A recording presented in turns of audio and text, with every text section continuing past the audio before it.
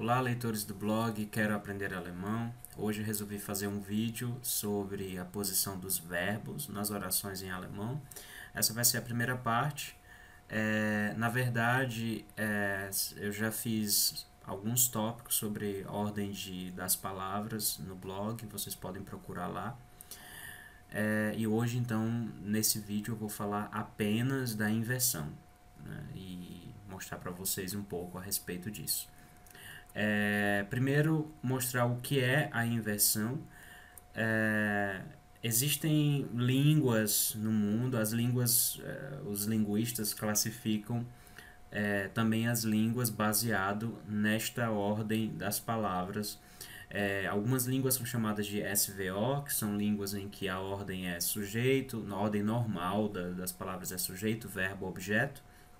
Como português é uma língua SVO, geralmente a gente coloca o sujeito, depois diz o verbo, depois diz o objeto desse verbo. Por exemplo, o gato comeu o rato, gato sujeito, comeu o verbo, o rato objeto. Essa é a ordem normal do português. O alemão, existem várias ordens, dependendo do tipo de oração, mas já foi assim. Existem mais exemplos, é super comprovado de que o verbo no final da frase é o modelo de construção mais comum no alemão. Então, um exemplo disso são as orações subordinadas, onde o verbo vai para o fim. Então, por exemplo, é um exemplo de SOV, onde o verbo aparece no fim, primeiro o sujeito, depois o objeto, depois o verbo. No exemplo aí, ich weiß, dass die Katze, sujeito, die Maus, objeto, e por fim o verbo gefressen hat. Lembrando que isso aí eu não disse que todas as frases do alemão são assim, mas é um exemplo clássico. Existem também outras línguas que são assim, por exemplo, o japonês é uma língua onde o verbo aparece depois do sujeito, depois do objeto. Existem também outras línguas, outras ordens, não são só essas. A inversão, na verdade, mexe só, o assunto que eu vou falar mexe só com o sujeito e o verbo, né? O SV. A inversão é o processo de troca de SV, sujeito-verbo, por VS, ou seja, o sujeito aparece depois do verbo.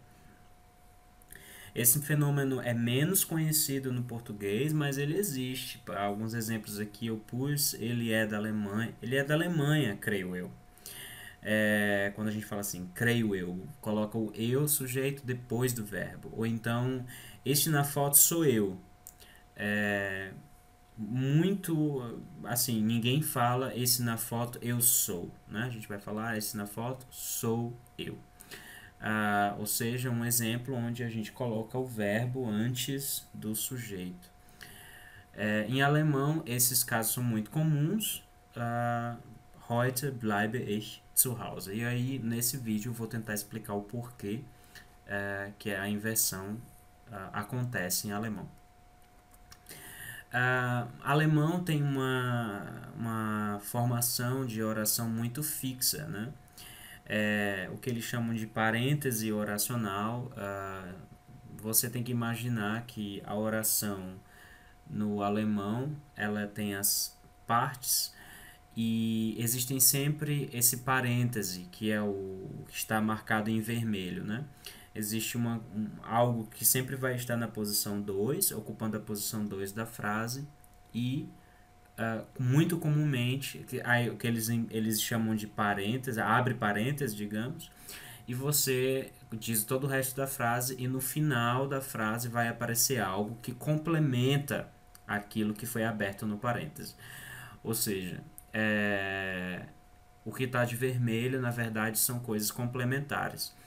Então eu começo dizendo ich habe e bem no fim eu digo gesprochen, ou seja, o gesprochen tem a ligação direta com o habe lá do começo.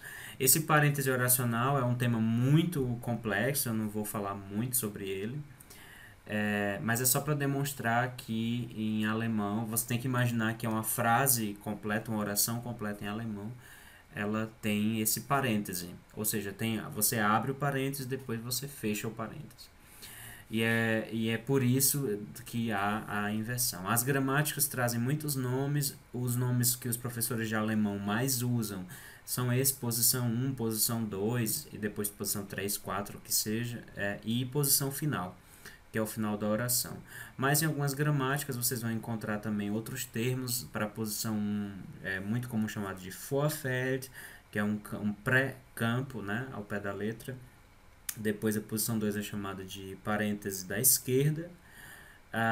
Tudo que acontece no meio ali é chamado de Mittelfeld, o campo do meio, e o final da oração é chamado de rechte Klammer, que seria o parêntese da direita, né, o que fecha.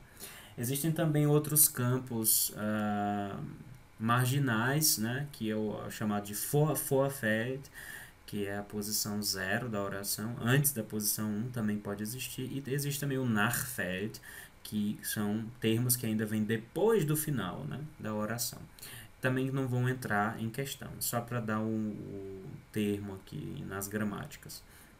Um exemplo comum de inversão, uma frase vou usar só frases bem simples, que é para o pessoal entender.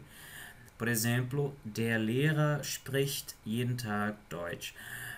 Uma regra básica que o estudante de alemão aprende bem cedo é que o verbo conjugado aparece na posição 2. Esse é a posição tradicional de uma oração que não seja subordinada, uma oração comum, né? Que as orações subordinadas não são as primeiras aprendidas pelos estudantes, então nos primeiros passos de aprendizagem da língua alemã, se aprende que o verbo conjugado fica na posição 2.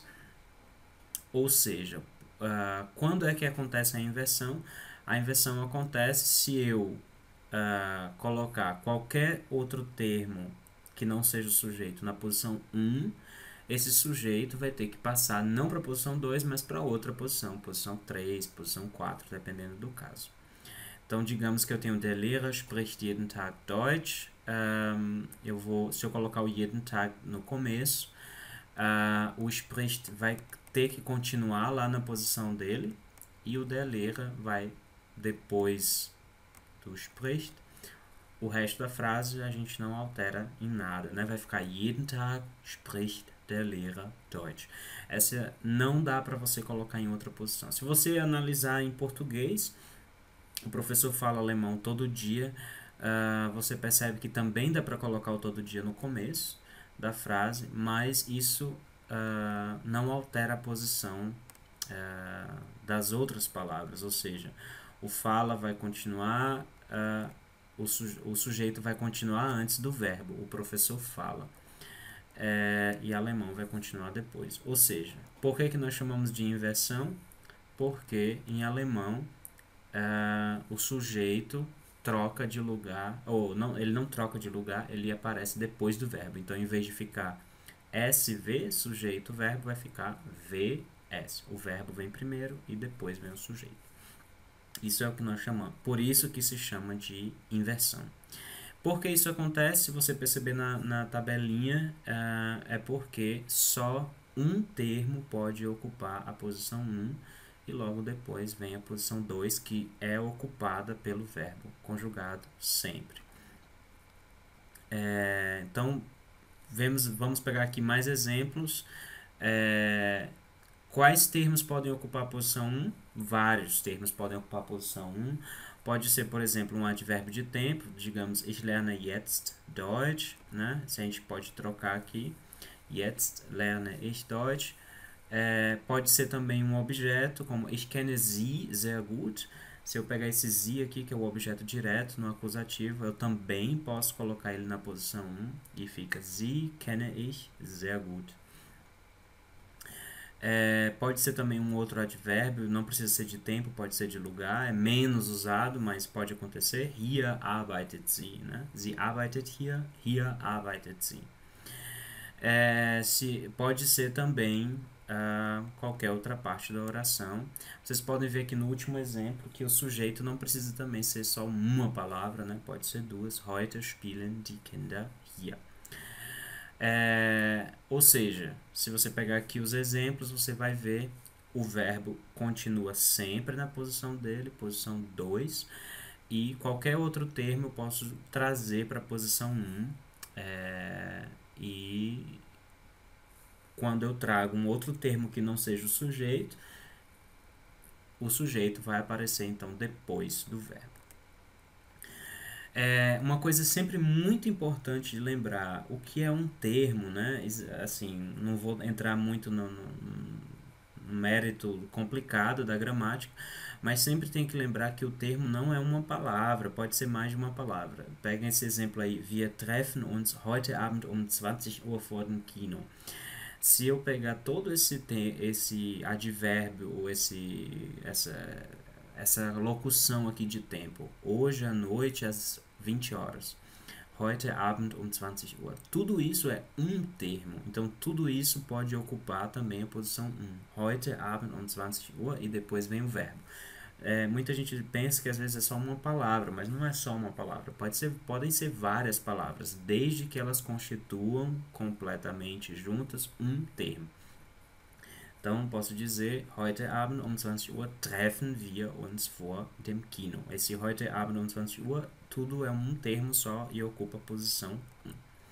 Então, apenas um termo deve ocupar a posição 1, a posição 2 e a posição final da oração.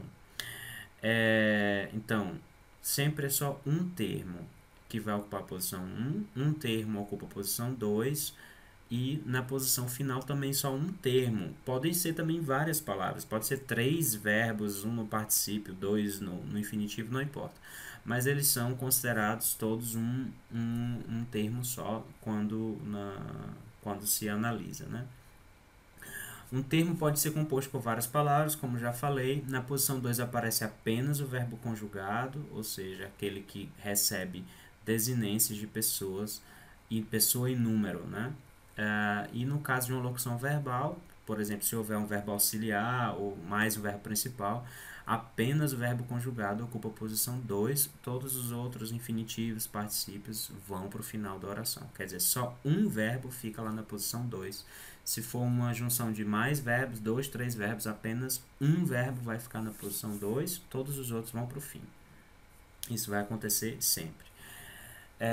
Mas a gente não vai falar sobre isso, eu gostaria de focar só na inversão e vou continuar falando.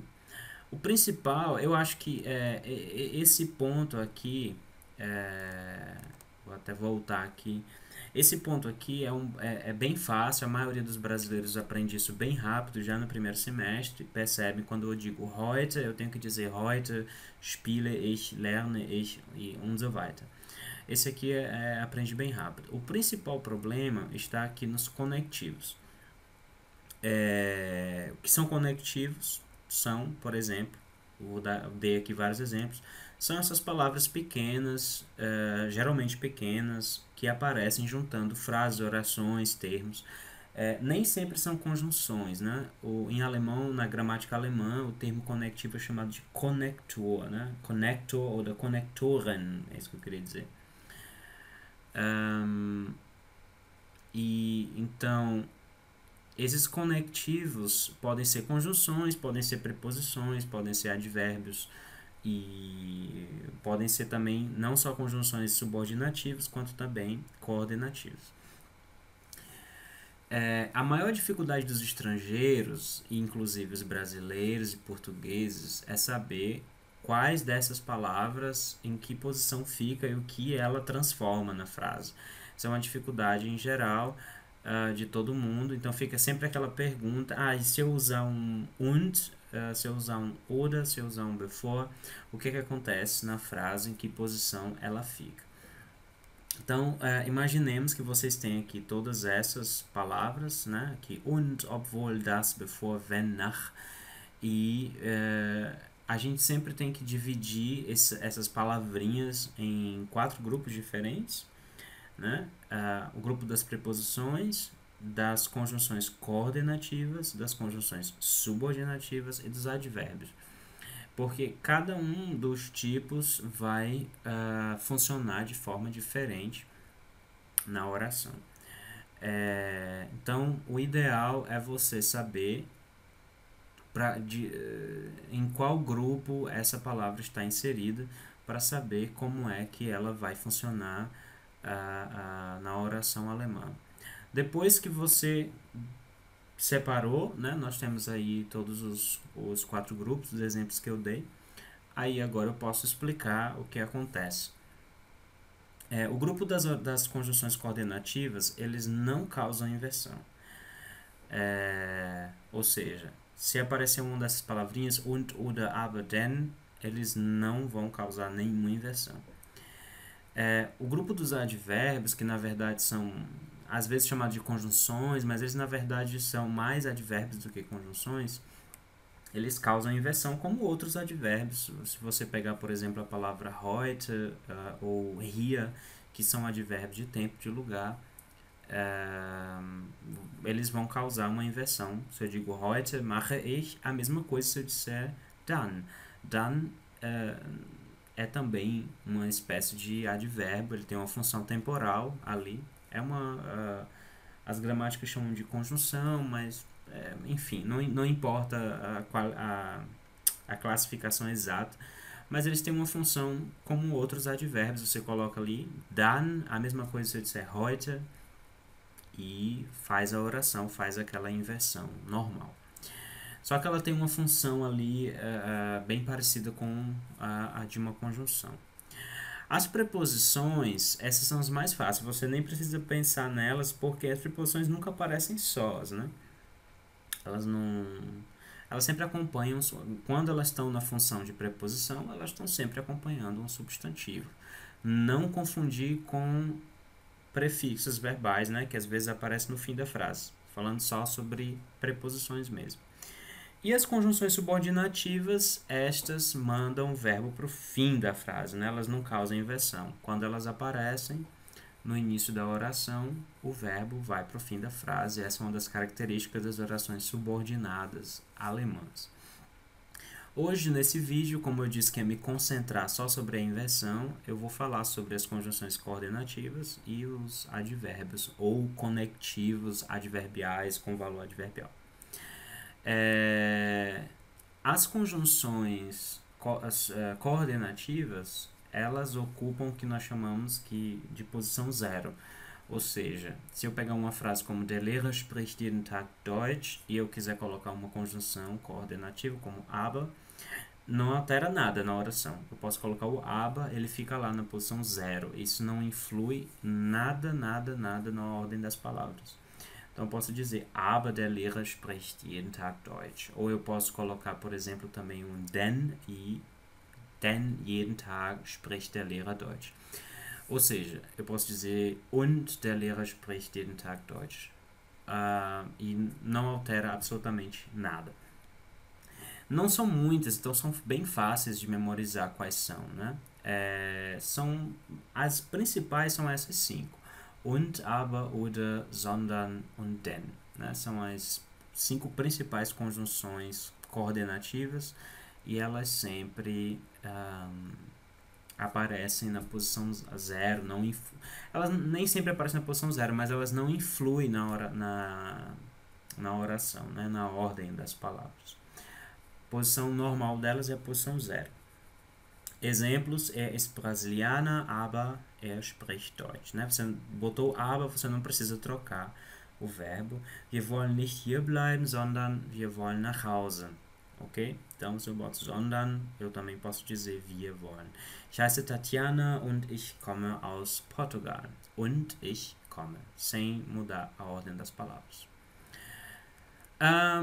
Já os conectivos adverbiais, o grande problema deles é que eles funcionam como um advérbio.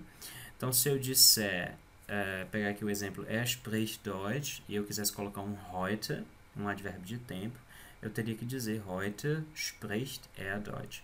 Mesma coisa se eu quiser colocar um dann numa frase, eu vou ter que dizer dann spricht Deutsch. Né? Ele vai funcionar exatamente igual um advérbio. Então, por isso eu vou chamar de conectivos adverbiais.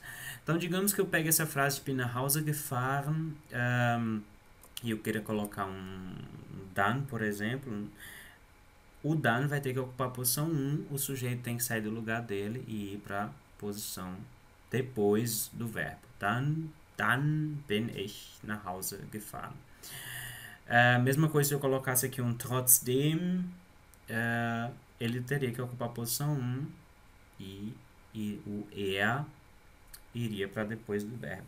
Isso não é obrigatório, assim como os outros advérbios, o trotzdem, o dann, também podem vir depois do verbo, não tem problema nenhum. Eu posso dizer, ich bin dann nach Hause gefahren, oder spricht trotzdem Deutsch.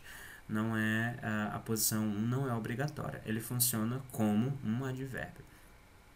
Ou seja, eles podem ocupar as mesmas posições de um advérbio, geralmente a posição 1, e quando eles ocupam a posição 1, eles trocam lá a ordem sujeito-verbo. Mas também podem ocupar posições de advérbios, né? Wohnt in Brasilien, trotzdem spricht Deutsch, spricht trotzdem Deutsch. O ideal, esses são muitos. Nesse caso aqui não tem como eu dar assim, uma lista completa, porque realmente são muitos. Existem de todos os tipos, temporais, concessivos, consecutivos, né? Tem vários. O ideal é você pegar essas listas em gramáticas e ir aprendendo. São realmente muitos. Um dos, por exemplo, que mais a gente ouve estrangeiros errando é o dann, por exemplo, né? Quase sempre os estrangeiros vão dizer dann ich bin, dann ich habe und so weiter, né? Mas é dann habe ich, dann mache ich und so weiter. Aqui alguns exemplos: sonst, vorher, danach, allerdings, deswegen, né? Sempre que eu usar esses no começo da frase, eu tenho que fazer a inversão. Tenho que dizer deswegen habe ich Deutsch gelernt. Danach bin ich nach Hause gefahren. Allerdings habe ich etwas vergessen. E assim por diante. Enfim, não vou falar sobre as conjunções subordinativas, que são aquelas que levam o verbo para o fim da frase, porque elas não causam a inversão. Mas posso dar uma dica, assim, uma das coisas que me ajudou a aprender, saber quais eram as palavras. A ideia era sempre memorizar, né? Mas nesse caso, eu acho que o português me ajudou, porque eu sabia gramática da língua portuguesa e então eu comparava um pouco, né? Por exemplo, dann eu traduzo em português como então.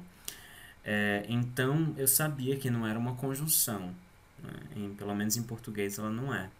Não nesse estilo, né, de conjunções temporais. Então, mas eu sei que, por exemplo, quando era uma conjunção subordinativa temporal, né, eu sabia que quando eu chegar em casa, e eu sabia que então não era classificado da mesma forma. Então, sempre para mim foi muito claro ver, né, eu dizia wenn, que significa quando no sentido temporal, é uma conjunção subordinativa, em português também é, então por isso o verbo vai para o fim. Já o dann, então, não é, né? A mesma coisa com o trotzdem e o obwohl, né? Obwohl significa embora ou mesmo que, por exemplo. Eu sabia que eram conjunções na gramática portuguesa. Trotzdem eu traduzo sempre como apesar disso, né? Wohnt in Brasilien, trotzdem spricht Deutsch. Ou mesmo assim, pode ser, né? Ele mora no Brasil, mesmo assim, ou apesar disso, apesar desse fato, ele fala alemão. Então eu sabia que o mesmo assim, eu sabia que o apesar disso não eram conjunções. Isso foi o que me ajudou a matar a charada rapidamente, de conseguir dividir esses dois grupos. Mas eu não sei se essa dica ajuda todo mundo, né? Então, assim, me poupa muito tempo de memorização, mas também houve memorização, né?